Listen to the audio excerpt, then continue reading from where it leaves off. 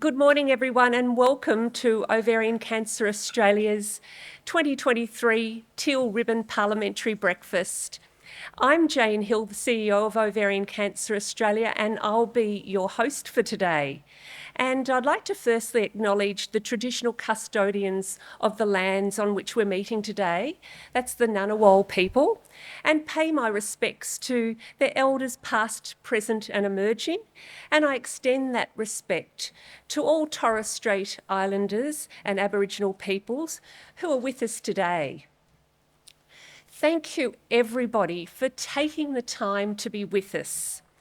In particular, I'd like to welcome our very special guest and keynote speaker, Alisi Jack-Kaufusi, who's here with her mum, Lois, and her dad, Tavita, and sister, Jasmine.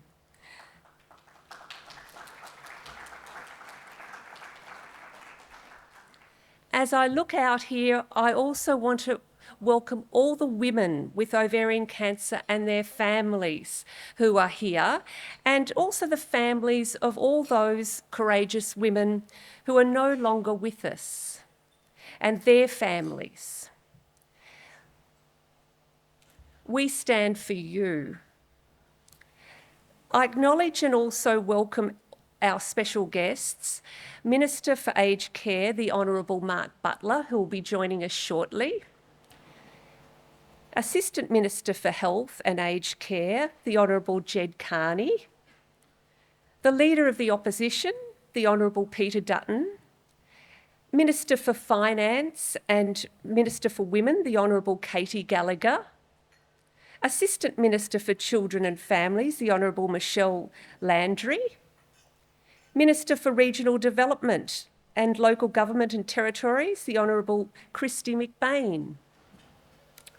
Also, a welcome to our parliamentary ambassadors for Ovarian Cancer Australia, Meryl Swanson, Senator Hanson Young, and Senator Anne Ruston, who's also the Shadow Minister for Health.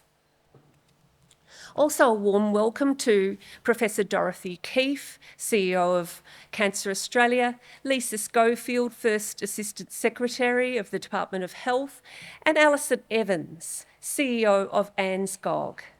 And to all our guests here today, parliamentarians, family members, medical and research professionals, government officials, and friends of Ovarian Cancer Australia, thanks for being here today. We really appreciate your support. Today, we'll hear from both the Assistant Health Minister and the Opposition Leader, and we're very grateful for the continuing bipartisan support and interest in our event. And we'll hear about the psychosocial impact of living with ovarian cancer from Senior Research Manager Hayley Russell, who oversees Ovarian Cancer Australia's psychosocial research activities. And as I mentioned before, we'll hear from Alisi, who was diagnosed with ovarian cancer in 2017 at the age of 24. Some of you who have attended this event for a number of years would have heard me say before that ovarian cancer is the deadliest of all female cancers. It has a survival rate of just 49%. Ovarian cancer, it's a difficult disease to detect early. There's no early detection test, and the signs and symptoms are often vague and mimic other conditions. What's more, by the time the symptoms do present, most women will be already in a later stage of the disease. And for those women that are diagnosed with advanced ovarian cancer, 70% will have a recurrence, and that's within 3 years. In the past 20 years, the 5-year survival rate for people with breast cancer has increased from 73% to over 90%. We want the same for ovarian cancer. What do we need to do to get there? Well, we need large-scale long-term funding for ovarian cancer research projects. We need high-quality care and treatment options that are affordable and accessible. And we need nurse and psychosocial support for women living with ovarian cancer. Time and time again, we hear women tell us that while the physical effects of an ovarian cancer diagnosis can be devastating, it's the mental toll that can weigh on them the most. To hear more about this, we'll now hear from Hayley Russell, Senior Research Manager with Ovarian Cancer. Hayley is a leading oncology counsellor who works in Ovarian Cancer Australia's Psychosocial team. In addition to her clinical practice, she is an internationally recognised psycho-oncology researcher and a 2022 Churchill Fellow. Hayley is going to share her experience of offering psychosocial support for the women she counsels, including Alisi. Please welcome Hayley. Thank you, Jane, for your introduction. I'm so proud to be speaking today, but I'll also try to be concise, as I'm privileged to know Alisi, and I know that hers is the most important voice that we will hear today. Thank you also to all present today. Your support of projects such as the Teal Support Program reflects an amazing bipartisan commitment to the consistent care of women with ovarian cancer, and we are so appreciative of this. I'm incredibly privileged to not only be involved in the design, implementation, and dissemination of psychosocial research in ovarian cancer, but more importantly, to bring to this work the experience of speaking with people with ovarian cancer and their loved ones in my day-to-day role. All my greatest learnings and inspiration comes from then. When I think about this term, psychosocial, I essentially think about what life looks like after women leave the bubble of hospitals, treatment and scans, and how their life may look different at the end of the day after having had cancer. After they leave the day oncology unit or after they walk out of their 3-month checkup, what are they left with? Emotionally, mentally, behaviourally and cognitively. How are their relationships impacted? Are they able to work, spend time with their families, or engage in other activities which are important to them? They may be receiving dedicated and professional medical treatment, but do they have significant anxiety symptoms when they think about their cancer coming back? Do they feel overwhelmed by the idea of returning to work and interacting with colleagues? Are they looking in the mirror and feeling negatively about how they look after surgery and chemo? I've always said that if a woman goes into the next part of her life, having had relatively successful treatment, but feels devastated by the emotional and mental impact, then we as health professionals still have profound and important work to do. I think this experience is best described by a woman with ovarian cancer, who stated that, in a matter of a week after my diagnosis, I didn't look like myself or feel like myself anymore. I was terrified I would never feel normal again and worried about how I would get on with my life. Given this complex emotional landscape, it is not surprising that levels of distress are so high, with around half of women who enter our Teal Support Program reporting clinical levels of anxiety and depression. Over 7 years at Ovarian Cancer Australia and hundreds of interactions with those impacted, I have heard many familiar stories of this type. In a typical day, we hear about the trauma of diagnosis, the life-changing moment of finding out, and the whirlwind of initial treatment. We hear about finishing treatment and patients feeling incredible apprehension that they won't see a doctor again for 3 months. Their anxiety about their symptoms means that they feel they're constantly scanning their body for signs of its return. We help them to navigate the tough conversations about cancer with their families, friends and colleagues in a society which is not always proficient in honestly addressing difficult issues. And then, of course, we have vital and timely conversations with women who are sadly facing their own mortality. We help them to connect with their loved ones, to figure out their values and how to live their final days in the best way possible. Whilst we've always known anecdotally that these are women's experiences, for many years there was very little in Australian academic literature which reflected these stories.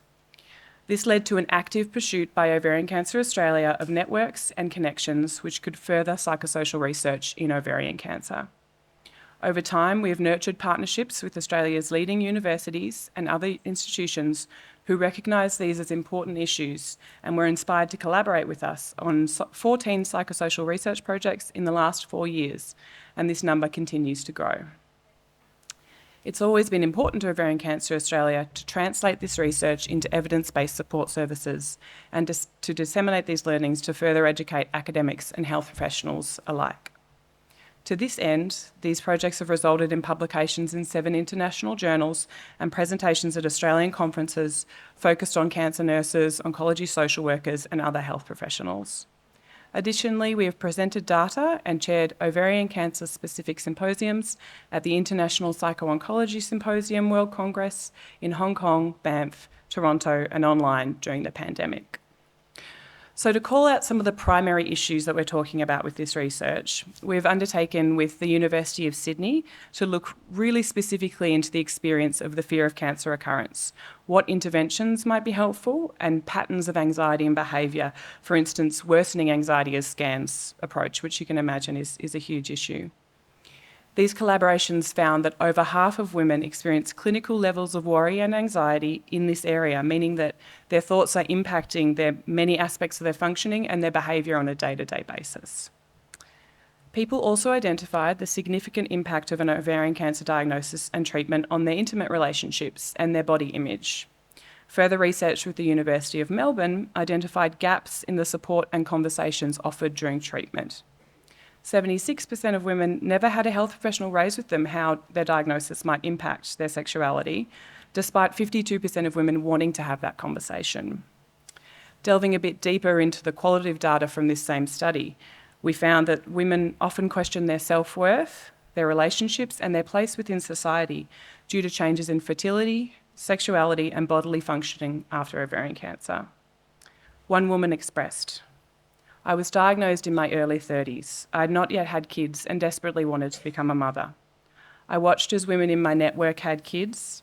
I just felt like all my body had done was grow a lump of death. It was a very hard time. I became withdrawn and isolated." In these ongoing and evolving projects, we have, of course, never forgotten the families and carers involved. In a study with Monash University, over half of male carers of people with ovarian cancer were found to experience some level of depression, and 89% of them experienced their own clinical levels of fear of cancer recurrence. One man stated, "The most challenging aspect is the total helplessness that I felt. I was there to give her support and love, but I couldn't control how she was affected by treatment." Ovarian Cancer Australia prioritising this work has meant that we now have a clearer sense of the issues at hand and have been able to make significant contributions to the literature regarding the psychosocial impact of ovarian cancer for Australian families. All this research continues to expand and impact our future programs. So we're currently trialling an online intervention addressing fear of cancer occurrence via psychoeducation, attention training exercise, and values work. A written resource and specific sexuality counselling has been launched, and a male partners group has enhanced our suite of support programs for those who care for people with ovarian cancer. These are not simple issues. They are complex, and every person impacted deserves the expertise and understanding of professionals with significant experience and training in ovarian cancer. A recent expansion of our psychosocial team is already improving outcomes as expected, with those involved with the Teal support program and psychosocial support demonstrating improved outcomes in functioning and well-being. In the words of one woman, "One-on-one conversations without judgment are so very helpful in the desperate situation that ovarian cancer patients face." However, every day we feel like we're just scratching the surface. So much more is needed to assist more people impacted by ovarian cancer. For years now, I've listened as women try to make sense of their unfair diagnoses. I've worked with them on how to cope in moments of absolute blind panic about their future. And I've shed my own tears as I listen to them grieve the life that they are forced to leave behind. How many times have I said to women, My deepest wish is to no longer have a job because their type of cancer has been eliminated or the survival rates have dramatically improved. But as long as this disease exists, I will hope for more research into women's experiences, more helpful interventions, and more compassionate, expertly trained professionals to ensure that no woman with ovarian cancer walks alone. Every day, more women are newly diagnosed, or they finish treatment and they need help to re-enter their normal lives, or they're devastated by the news that they've had a recurrence, or treatment is no longer working for them. I hope in the very near future I will be able to say there are even more professionals available to walk these tough roads with women and their families. Thank you.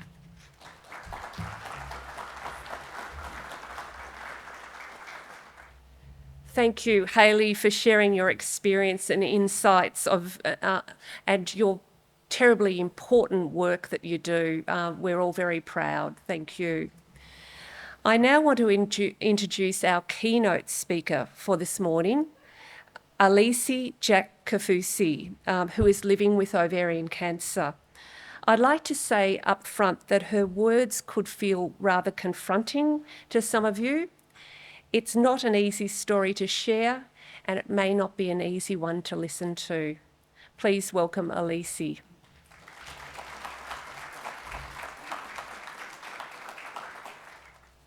Good morning.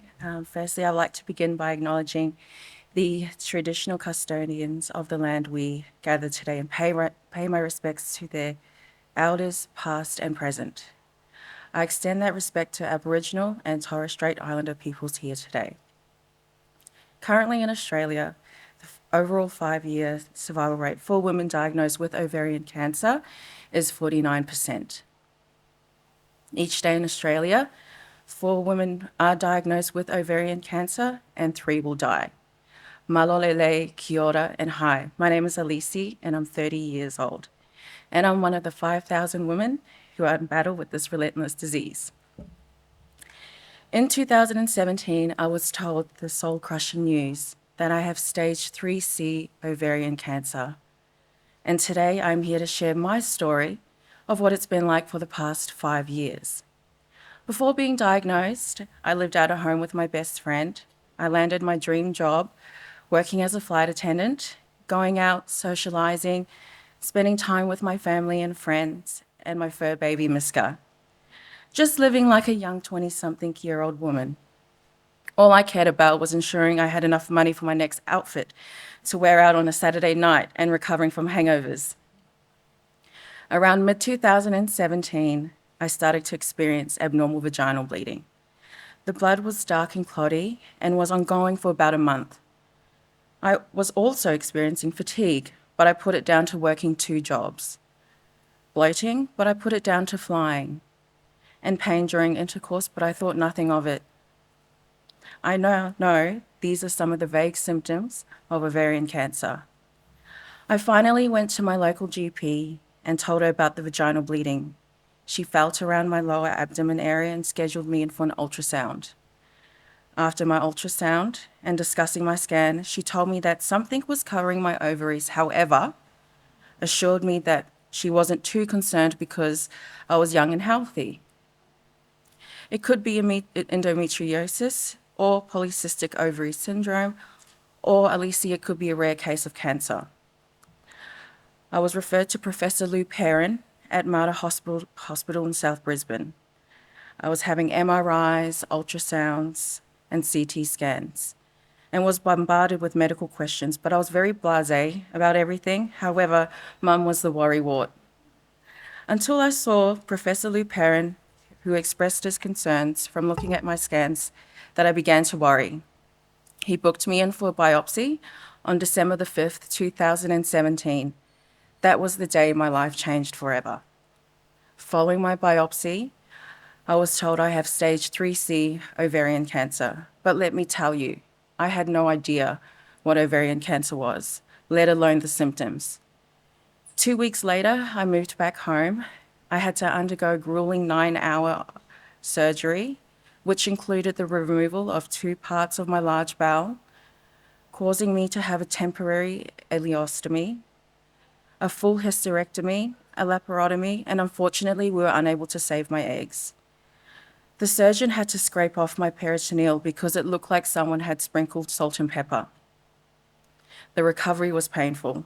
I had lots of complications, which included having to reverse the ileostomy. I had to learn how to eat, breathe on my own, and walk again. The things we take for granted. I remember walking and talking at the same time was terribly painful. I spent Christmas, New Year's, and my 25th birthday in hospital. After 7 weeks, I was discharged, and then we went into 6 rounds of chemotherapy, which was a combination of Taxol and carboplatin every 3 weeks. Again, I had complications and spent half of my time in the hospital. Finally, around 2018, I went into remission. I struggled mentally because I was so focused on the next treatment, recovery, the next appointment. Once all that had finished, I sat there and I didn't know how to adjust to my new normal. I grieved my life before cancer. I grieved not being able to have my own biological children. I became very depressed as I had to give up my dream job at the age of 25. It wasn't until I reached out to Ovarian Cancer Australia and was put in touch with their support team that my mental and emotional state began to slowly improve. It was through their support and guidance that I started taking baby steps towards moving forward with my life. I went back to work, but as a receptionist, I solo traveled to Florida and stayed in Miami South Beach for 3 weeks. I had the best time of my life. Getting back into my fitness and health, and I enrolled into TAFE to complete my diploma of business as I had the interest to work in HR. Just when I felt like I was finally picking up all the pieces of my life in April 2020, my CA125 tumor markers started to rise, and I found out the cancer had returned. They found small cancerous nodules around my spleen, around my kidney and pelvic area. Again, I had to undergo a 6-hour surgery involving debulking, my spleen removed, and small nodules around my kidney and pelvic area. It was history repeating itself, which meant a week's stay in hospital turned out to be 3 weeks. The recovery wasn't the greatest. Just like in 2017, I had to learn how to walk and breathe on my own again and eat again.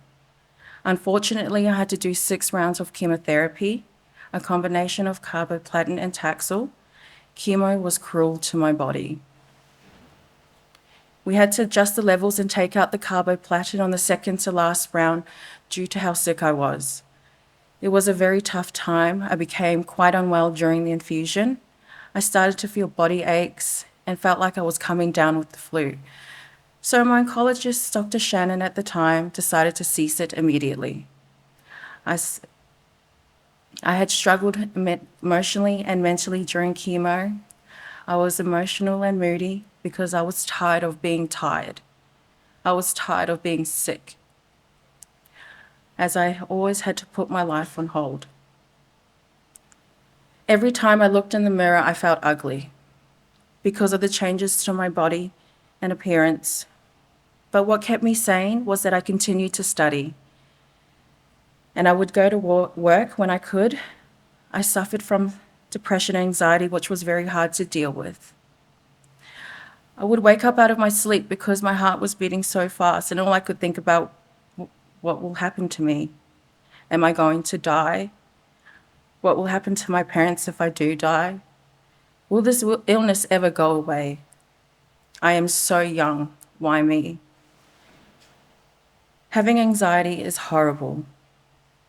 But thankfully, I spoke to Hayley, my counsellor from Ovarian Cancer Australia, who helped me through it. In October 2020, I went into remission as there was no sign of disease. The good news is that I completed my diploma of business in December 2020.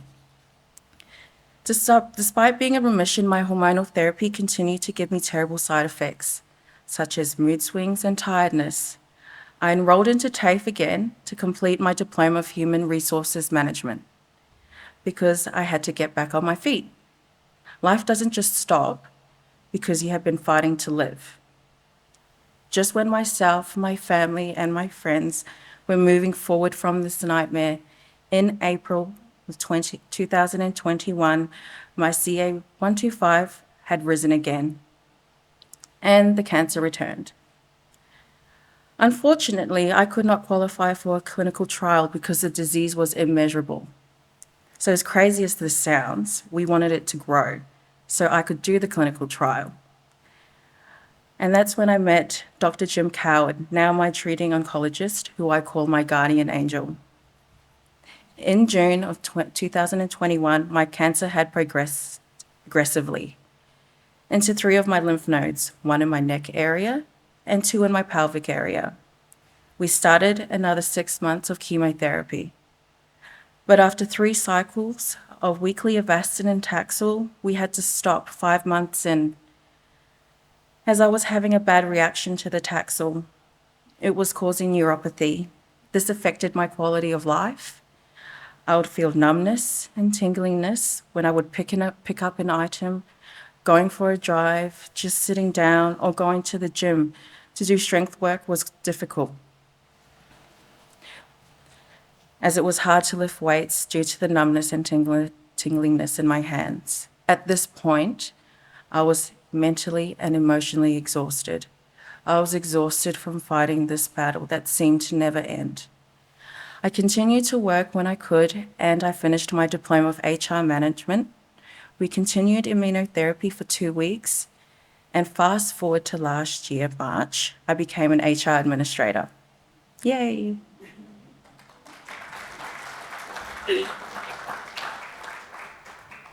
And for once, I felt like I had control of my life. Things were looking up.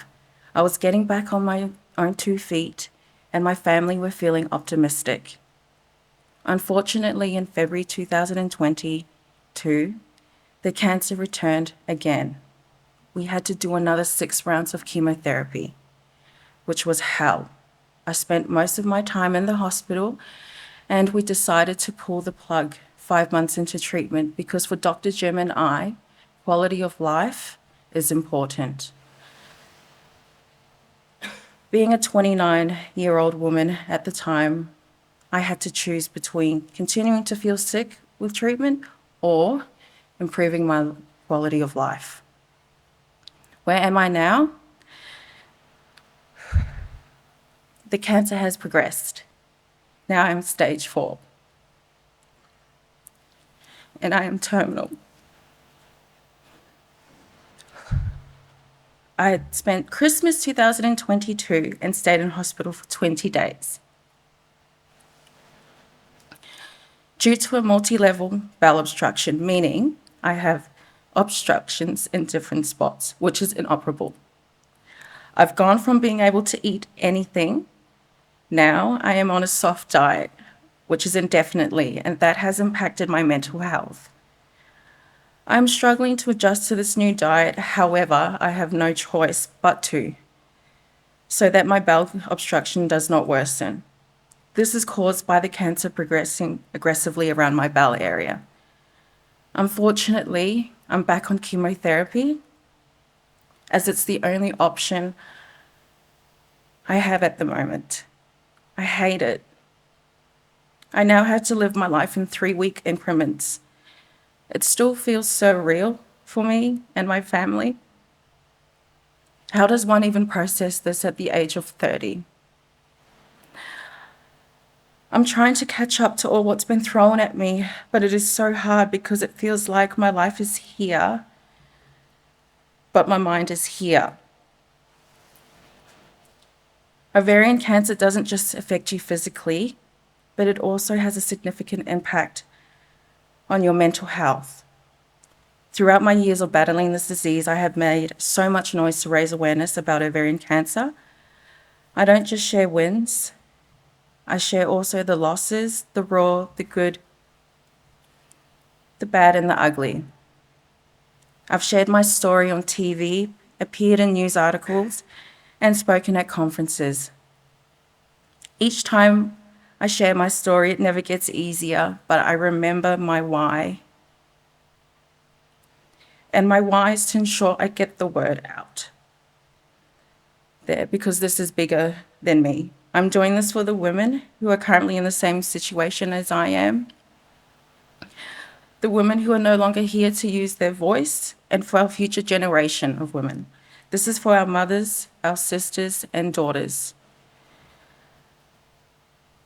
I struggle with the weight gain from treatments, but also being on the soft food, low fiber diet, it makes it so difficult. Ovarian Cancer Australia has been nothing but amazing to me. Without their support, and especially to my nurse, Anna, and my counsellor, Hayley, I am not sure how I've gone through these last 5 years. All my life long-term goals have been squeezed into a smaller time frame. For the past 5 years, I have been relying on treatment to give me more time to keep me alive. And now it's non-curable. And we are looking at treatments to prolong my life. I've just turned 30 and I'm having conversations about accessing my terminal illness insurance so that I can go out and enjoy my life. I'm talking about writing up a will, and I'm having difficult conversations with my family, especially my parents, about what I want at my funeral and to ensure my parents are well taken care of once I do leave this earth. I have been fighting throughout my 20s and now I'm 30. No woman at 30 or any age should be thinking like this, but for some with an ovarian cancer diagnosis, you have to. I am so scared. I am scared to leave my parents and my fur baby Miska because they are the reason that I keep fighting. I'm scared that I won't be able to grow old with my siblings and watch them have families and accomplish their milestones and dreams. I'm scared I won't get to make many more precious memories with my family and my friends. I'm scared that I'll be forgotten, but I'll now become just a memory. I'm scared that I didn't make my mark by not doing enough for ovarian cancer awareness. So many questions I ask myself, but the number one question that crosses my mind is, am I doing enough? Some days I feel like I'm drowning, and some I feel like I'm just keeping my head above water. In my culture, I'm supposed to take care of my parents, but it's become the other way around. They take care of me, and I can't help to think that I am a burden. I want you to know that I beat ovarian cancer by living my best life and raising awareness about this insidious disease. People ask me, Alisi, what do you struggle the most living with ovarian cancer? I always say the emotional trauma. I thought that once you finish treatment, that's the end of it. What now I know is that it's only the beginning. I had to bargain with myself just to put one foot in front of the other. It is such a lonely and isolating journey. You are left with this body that you are trying to trust, but does not function like it used to. You can't help but question after every review, after every scan, is it back? You have to be normal, living every day with the knowledge that the cancer can come back, and with the recurrence rate for women with advanced ovarian cancer of 70% in the first 3 years, the odds are not in your favor. Over the years, this disease has slowly robbed me from life, but I can't do anything about it because I have to keep going. While I am here, I will continue to share my story, raise awareness, and help women who are going through the same situation as I am. Because how is the deadliest female cancer in Australia is not as known compared to other cancers out there. I don't know what my future holds, but I know one thing, and that is following a piece of advice from a young woman who said she beat ovarian cancer by living her life. I am so thankful for my parents, my family, my friends, my work colleagues, and the people who I've met throughout the past 5 years for all their support. One of the things that I have learned is that it takes a village, and it has taken a village to support me. I have been given the greatest gift in life, and that's to be able to stand in front of you today and share my lived experience with ovarian cancer. What an honor. And thank you for sparing your time to be here this morning. So I ask for your help. Please, With your help, you'll give women hope, and hope is all we have. I purposely delayed my treatment so that I can stand in front of you and speak. This room is full of a lot of influential people who have the power to change the story for women with an ovarian cancer diagnosis. To do this, we need you to advocate for more funding for research, greater access to affordable treatment options, and we need updated policies and procedures to ensure all women have access to optimal care.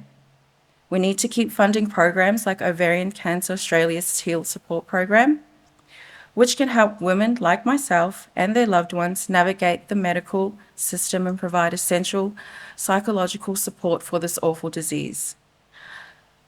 I'm calling each and every one of you to use my words as a stimulus for action, because no one should be facing what I am at just 30 years old.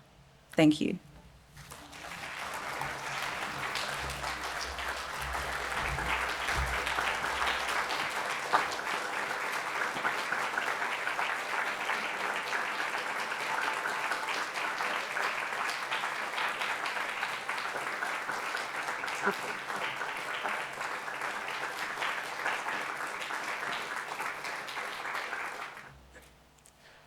Thank you so much, Alisi.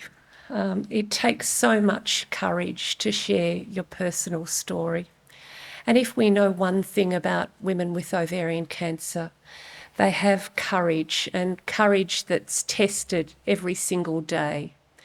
And I hope that, Alisi, due to your brave advocacy, I hope one day we'll stand here today and have a different speech about ovarian cancer. Thank you, Alisi.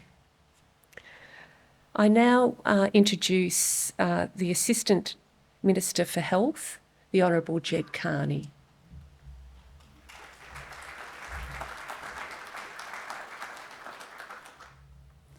Well, good morning, everybody, and thank you, Jane, for that, for all you do for women with ovarian cancer. You're a very familiar figure in these halls. We all know you and love you and really appreciate the work that you do, so thank you.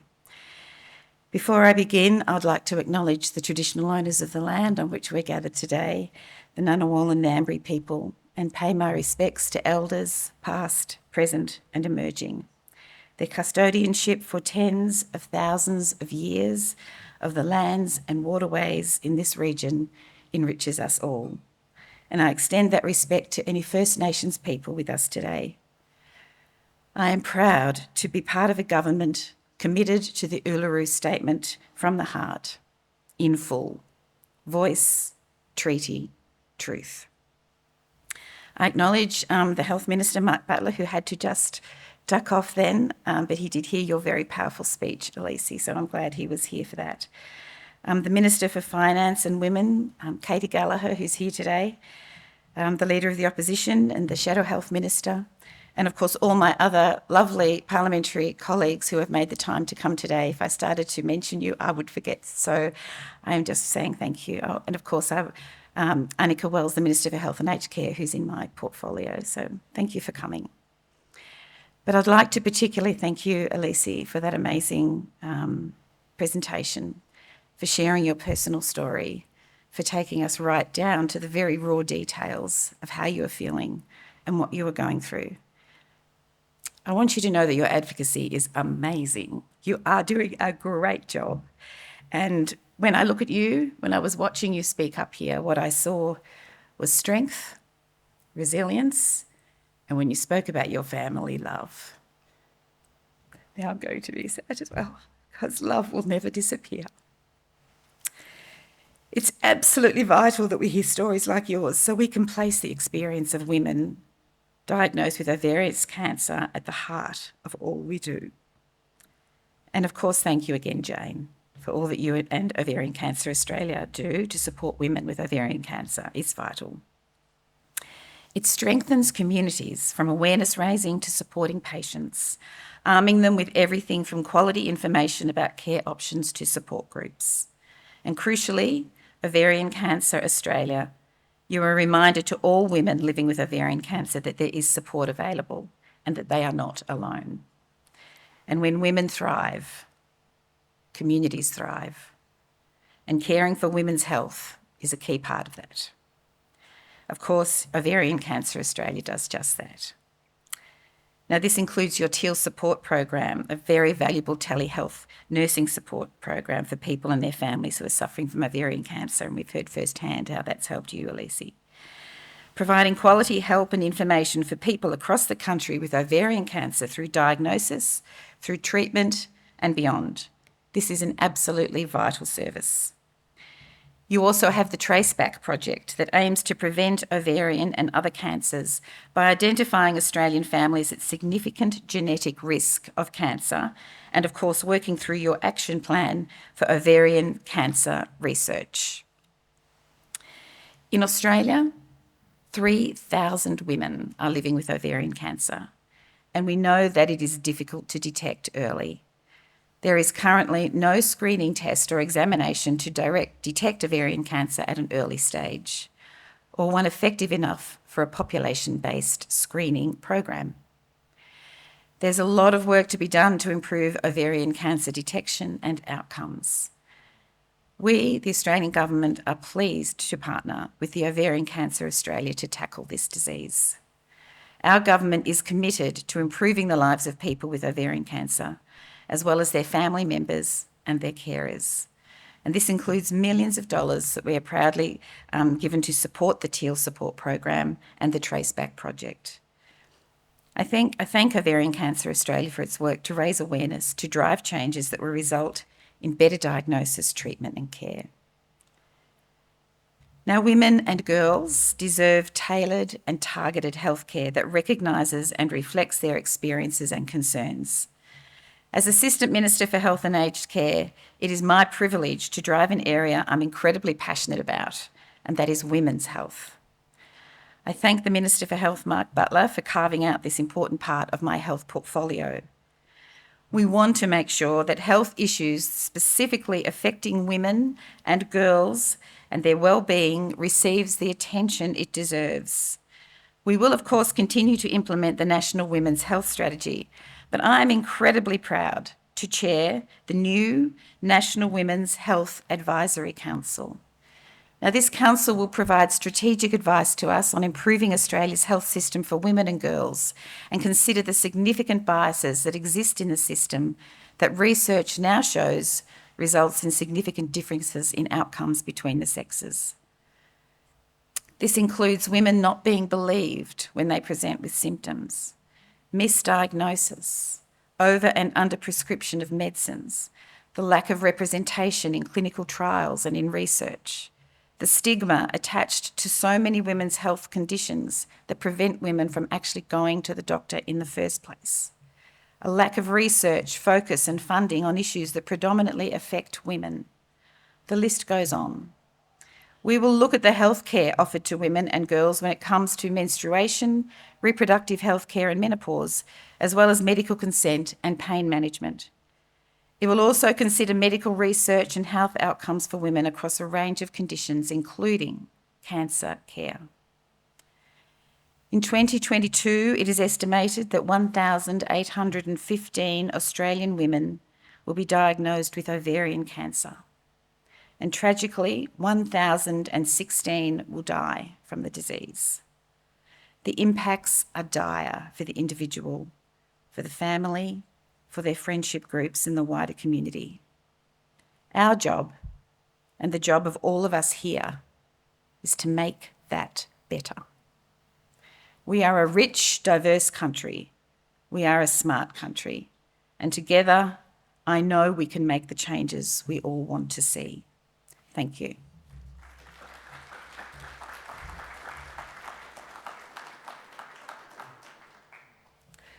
Thank you so much, Minister Carney, for your generous support. And it was so wonderful to hear about that the government is committed to partnering with Ovarian Cancer Australia on our National Action Plan and other initiatives. So we really appreciate that. Thank you. I now introduce the Leader of the Opposition, the Honourable Peter Dutton.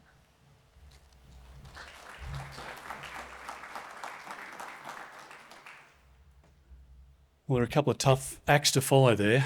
I want to say thank you very much, Ged, for your words, for the commitment of funding to this program, to many others, and to women's health in general, for the work that you're doing, and Mark Butler as well. I also acknowledge Annika Wells and other ministers who are here today, to Anne Ruston, to Susan Lee, to all of my parliamentary colleagues who are here today. As I look through the audience, I just start that list and I'm in trouble now because I've missed some out, but I'm very grateful. And I think what it says to a lot of people here is that there is broad support across the Parliament for research and for patient support, and that's incredibly important. Joan, I just want to start by saying thank you very much to you. I've known you for a long time, probably longer than both of us care to acknowledge, but as Ged pointed out, you're a highly respected figure in Parliament House. You have a great deal of empathy and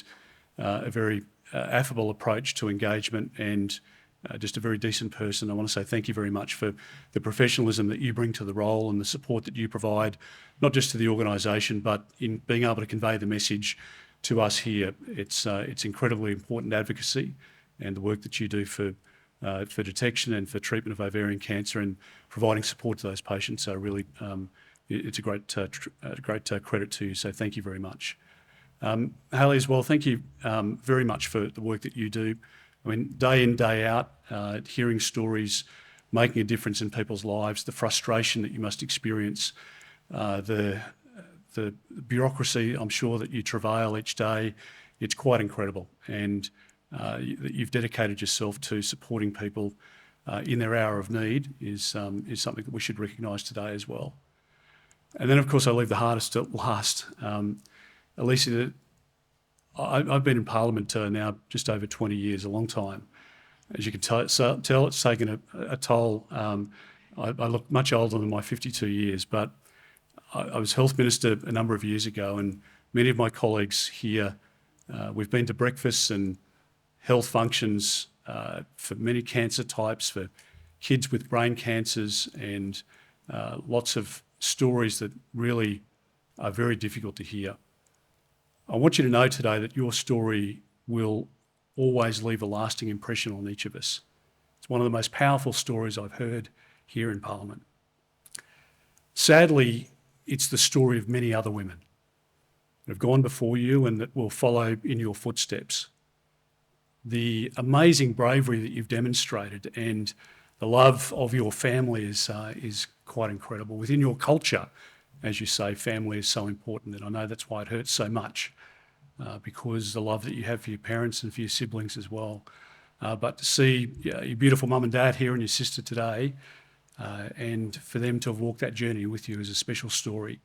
And you really have, for us as decision makers here and as influencers, as you say, left a very powerful mark. So I just want to say thank you so much for that. Thank you. Thank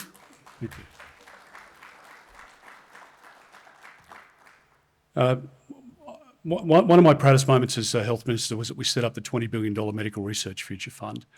And I know in 2019 we drew down $20 million from that fund for research into ovarian cancer. The fact that it's difficult to detect, the fact that it's difficult to treat and to provide support when many of the indicators are masked, the reoccurrence, the difficulty right across this type of cancer is well known to us all. There needs to be more done, and we need to provide more support, more research.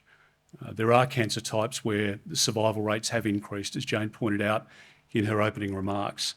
And it's not just because of the research, but the international engagement, the sharing of a very significant body of work. But in ovarian cancer, we've got a long way to go. And the message really that I wanted to convey today is that we continue to work in a bipartisan way. I pay credit, as I said before, to the government that's continued work of our government, and we will continue to support that effort in the research. Incredibly important. The patient care is incredibly important. So the nurses, the psychosocial care, as was pointed out before, all of that is ahead of us to be scaled up dramatically. And I think the argument for that is more important than ever. So thank you very much. It's been an honour to be here with you, to hear the story and to share with you what is a very important discussion. Again, thank you to all of my colleagues from across the Parliament who are here to support this wonderful cause. And Jane, thank you for providing that leadership. Thank you.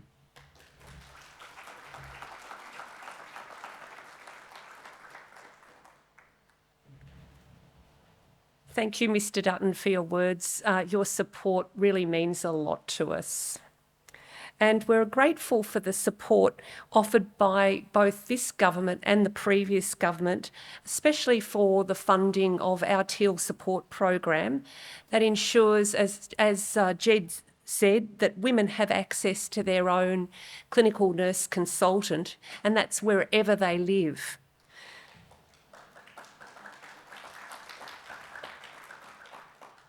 And it's the lived experience of Alisi and all the other women that really directs our work at Ovarian Cancer Australia. And we ask the government to continue to support our programs, especially psychosocial services. And Hayley and Alisi both spoke about those services, and we want to make them available to more women.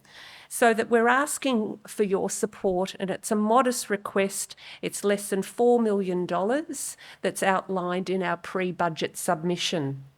So this would allow 1,200 more women to access this critical help throughout their ovarian cancer experience. So whilst there's been quite a lot of progress, we still have a long way to go to improving survival rates, with a chance of less than 1 in 2, that's 49%, we're losing too many courageous women too soon. There's so much more that we need to do to change the narrative of ovarian cancer, and that change starts here in Parliament House with all of you. We also urge the government to work with us on an ovarian cancer mission that would see a large systemic investment in line with the priorities of our National Action Plan. So before closing, I want to thank Minister Carney and Mr. Dutton and all the parliamentarians and officials in attendance. Your presence here today and your ongoing commitment to continue to raise awareness about ovarian cancer and the people that it impacts is fantastic. We really appreciate that.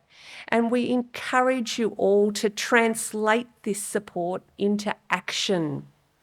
We rely on you to increase research funding, increase support services funding, and ultimately give hope to people like Alisi for a better future. A special thank you to you, Alisi, for your courage in sharing your personal story. We're honoured to hear you speak, and it was a candid sharing of your story and your diagnosis. And I'm sure you have left a lasting impact on everyone. Remember Alisi's words. She said, "I'm calling on each and every one of you to use my words as a stimulus for action." We thank all of our guests here today, and also to all the women that are living with ovarian cancer that are here today. Thank you for everyone for attending, and please feel free to stay on for some extra refreshments. And that concludes today. Thank you.